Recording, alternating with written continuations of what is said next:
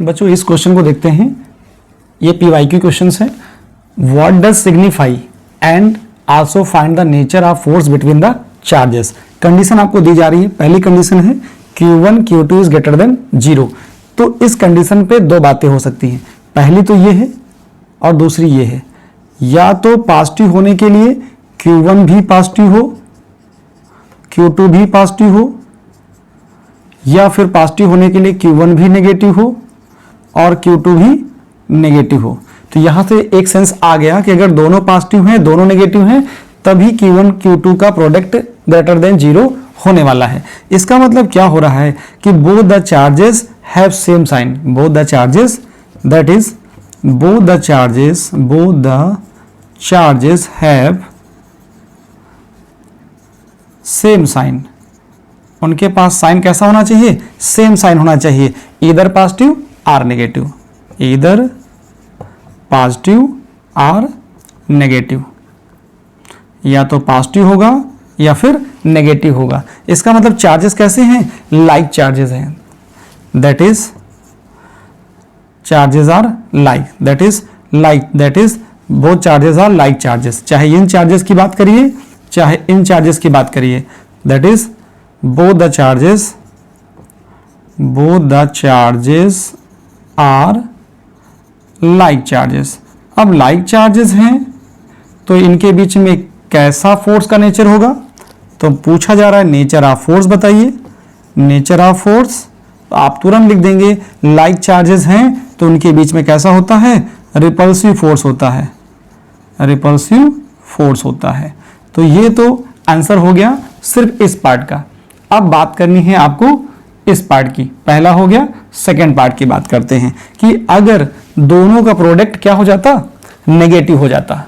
चलिए इसको स्क्रीनशॉट ले लीजिए। क्या आ गया? अब यहां पे बात करनी है आपको कि Q1 Q2 is less than 0। इसका मतलब यहां भी दो बातें होंगी। Q1 पॉजिटिव हो सकता है और Q2 नेगेटिव हो सकता है, या तो ये हो सकता है कि Q1 नेगेटिव हो जाए और Q2 पॉजिटिव हो जाए। तब भी क्या होगा? दोनों का प्रोडक्ट, इन दोनों का प्रोडक्ट नेगेटिव आ जाएगा, यहां से भी प्रोडक्ट नेगेटिव आ जाएगा। इसका मतलब ये केस भी पॉसिबल है और ये केस भी पॉसिबल है। तो यहां क्या हो रहा है? Both the charges are unlike charges. Both the charges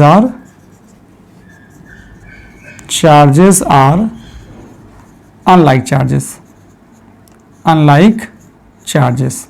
मतलब ये बात आ रही है, that is if Q1 is positive then Q2 will be negative. If Q1 is positive other is negative. If Q1 is positive then Q2 is negative, and vice versa हो जाएगा कि Q1 अगर पॉजिटिव हो जाएगा, similarly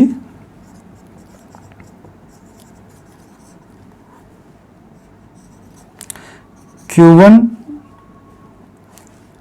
is negative and Q1 is negative, then Q2 is positive। मतलब ये देखना है आपको, एक चार्ज पॉजिटिव है तो दूसरा नेगेटिव होना चाहिए, तभी प्रोडक्ट नेगेटिव आएगा। अब आप यहां से देखो, डील करो, चार्जेस कैसे हैं? अनलाइक हैं। इसका मतलब नेचर ऑफ फोर्स क्या आने वाला है? नेचर ऑफ जो फोर्स आएगा बेटा वो आएगा अट्रैक्टिव फोर्स। कैसा आएगा? अट्रैक्टिव फोर्स आएगा। ये छोटी छोटी बातें हैं जिन पे आपको काम करना है। अब मैं बात करता हूं कि Q1 Q2 is equal to 0 कब आता है। इसका भी स्क्रीनशॉट लीजिए। Q1 Q2 is equal to 0 का मतलब ये है sorry, Q1 Q2 is equal to 0 का मतलब ये है, दो ही बातें हैं। दो, यहां पे तीन बातें मैं कर लेता हूं। देखो, एक ये भी केस बना लेता हूं। सॉरी, Q1 भी 0 हो, Q2 भी 0 हो तो इनका प्रोडक्ट 0 ही आएगा। या तो ये हो सकता है Q1 0 हो, Q2 नॉट इक्वल टू 0 हो, तब भी आंसर 0 आएगा। Q1 नॉट इक्वल टू 0 और Q2 की वैल्यू 0, तब भी रिजल्ट सेम आने वाला है। इन तीनों केसेस में रिजल्ट 0 आएगा। किसका? प्रोडक्ट ऑफ जो चार्ज आएगा वो 0 आ जाएगा।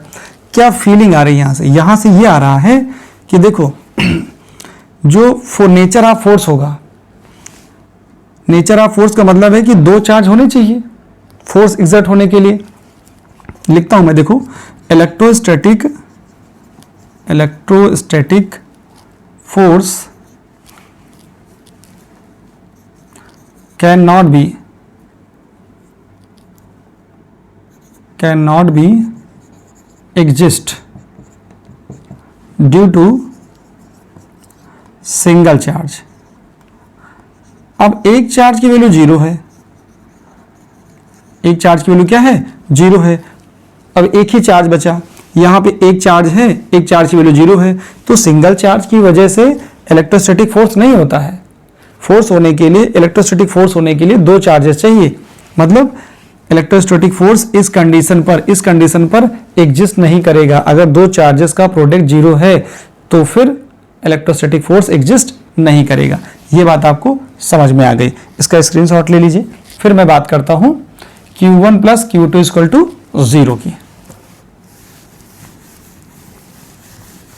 लिखो बेटा, Q1 प्लस Q2 0 क्या है? Q1 plus Q2 is equal to 0 है। ध्यान से सुनना, वेरी इंपॉर्टेंट है ये, वेरी वेरी इंपॉर्टेंट है। ठीक है, अब देखो Q1 plus Q2 equal to 0 का मतलब क्या आया?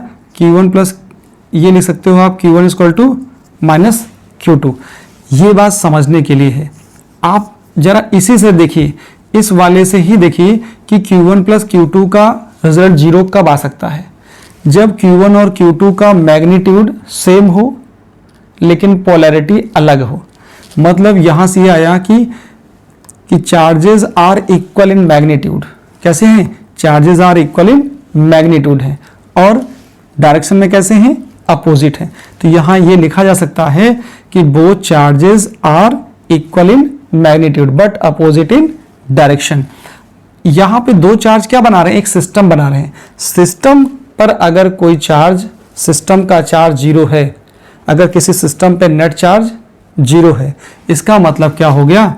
सिस्टम पे नेट चार्ज 0 का होने का मतलब ये आता है कि सिस्टम पे कोई फोर्स नहीं है। अगर सिस्टम का नेट चार्ज 0 है तो सिस्टम पर नेट फोर्स 0 आ जाता है। अब इसे क्या लिखेंगे, इसको देखते हैं कि लिखना क्या होता है। तो यहां पर इसके दो केसेस बना सकते हैं हम। इसके हमारे पास दो केसेस हैं, एक हमारे पास ये सिचुएशन है, एक ये है। इसको तो ऐसे लिख ही सकते थे। ये भी देखो, अगर Q1 भी 0 हो जाए और Q2 भी 0 हो जाए तो इस सिस्टम का नेट चार्ज 0 हो जाएगा और कंडीशन फुलफिल हो जाएगी। दूसरी कंडीशन ये है कि Q1 पॉजिटिव हो और Q2 नेगेटिव हो, दोनों का मैग्नीट्यूड सेम हो, तब भी इनका रिजल्टेंट और ये कंडीशन होल्ड हो जाएगी। यहाँ पर क्या आ रहा है? यहाँ पर ये आ रहा है कि दोनों चार्जेस का मैग्नीट्यूड सेम है। Magnitude of both charges same, magnitude of both charges are same but their sign are different, means both charges are equal in magnitude। both charges क्या हो गए? both charges are equal in magnitude but different in sign। तो मैंने लिखा कि magnitude of both charges are same but their sign are different, their sign are different। उनके जो sign हैं वो कैसे हैं? but their sign are different, उनके साइन डिफरेंट है। तो ये कंडीशन यहाँ पर होल्ड हो जाती। मैंने क्या बोला कि दोनों चार्जेस एक सिस्टम बना रहे हैं। अगर किसी सिस्टम पर नेट चार्ज 0 है तो सिस्टम का नेट फोर्स भी 0 होता है। उसको कैसे लिखेंगे आप? उसको ऐसे लिखेंगे, क्योंकि आपको बताना है कि नेचर ऑफ फोर्स क्या होगा। तो यहाँ लिखोगे क्या? Note, if net charge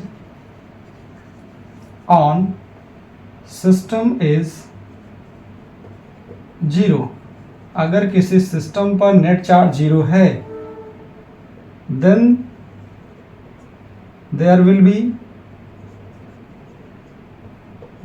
B net force on system will also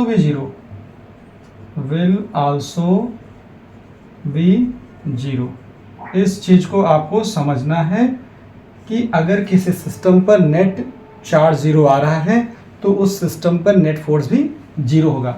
important property थी, मैंने इस पे ज़्यादा फोकस किया, आपको ज़्यादा समझ में आए। इसके बाद बात करते हैं किसकी, प्रॉपर्टी नंबर 5 की। फिफ्थ कंडीशन क्या है, यहाँ पर है Q1 plus Q2 is equal to 0।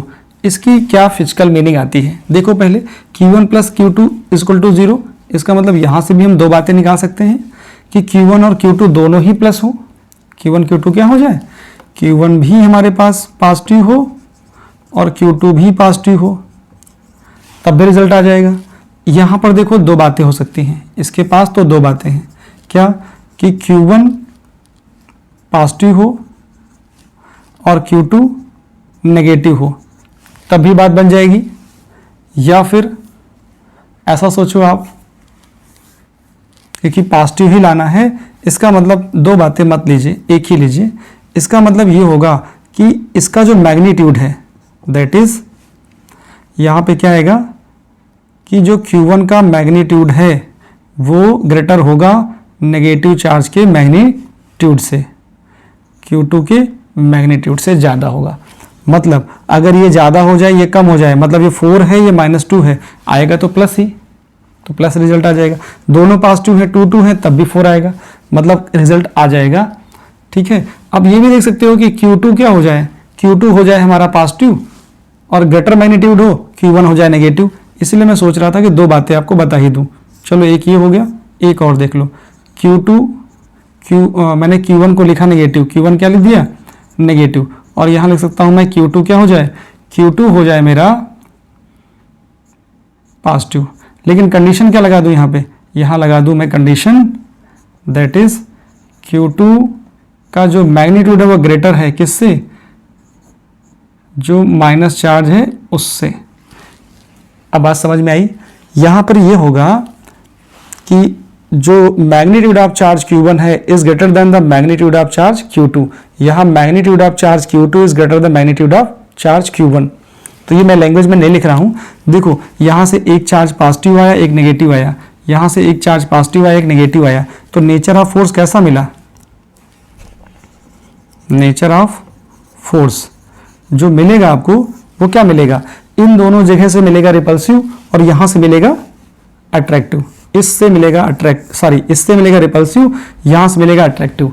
तो मतलब क्या हो जाएगा, मे बी क्या लिख सकता हूं मैं, फोर्स कैन बी अट्रैक्टिव और रिपल्सिव। ये तो डिपेंड करेगी सिचुएशन पे कि आपने सिचुएशन कैसी बिल्डअप करी है, इस तरह का बनाया है कि इस तरह का बनाया है या इस तरह का बनाया है। ठीक है, अच्छा अभी कुछ ऐसा ही सीन होगा जब आप ये केस ले लेंगे। इसी में जरा देखिए, केस में चेंज कर दूं, स्क्रीनशॉट ले लो पहले इसका, फिर मैं बात करूं। देखो अब इस केस को ले लूं, अगर यहीं पर साइन में चेंज कर दूं, क्या ऐसे कर दूं, अब क्या होने वाला है जरा देखो। अब ये Q1 और Q2 का सम नेगेटिव कब आएगा, जब दोनों हो जाए नेगेटिव। एक केस तो ये हो गया, दोनों हो गए नेगेटिव तो रिपल्सिव फोर्स आएगा, क्या आएगा देखो, दोनों हो गए नेगेटिव तो यहाँ से आएगा रिपल्सिव फोर्स, ये तो रिपल्सिव दे देगा, फोर्स कैसा होगा, फोर्स हो जाएगा रिपल्सिव। अच्छा अभी देखो, अब हमको क्या चाहिए कि Q1 प्लस Q2 का सम नेगेटिव चाहिए, तो नेगेटिव लाने के लिए क्या करना पड़ेगा, एक पॉजिटिव एक नेगेटिव ले लो, लेकिन कंडीशन यहाँ लगा लो कि नेगेटिव का मैग्नीट्यूड ज़्यादा कर दो। क्या कर दो, नेगेटिव का मैग्नीट्यूड ज़्यादा कर दो। इसका मैग्नीट्यूड ज़्यादा होगा किससे, पॉजिटिव से। अगर ये -6 हो और ये +2 हो, मतलब क्या मैं कह रहा हूं कि ये -6 कूलाम हो, ये 2 कूलाम हो, तो सम करने पर तो -4 कूलाम आ जाएगा।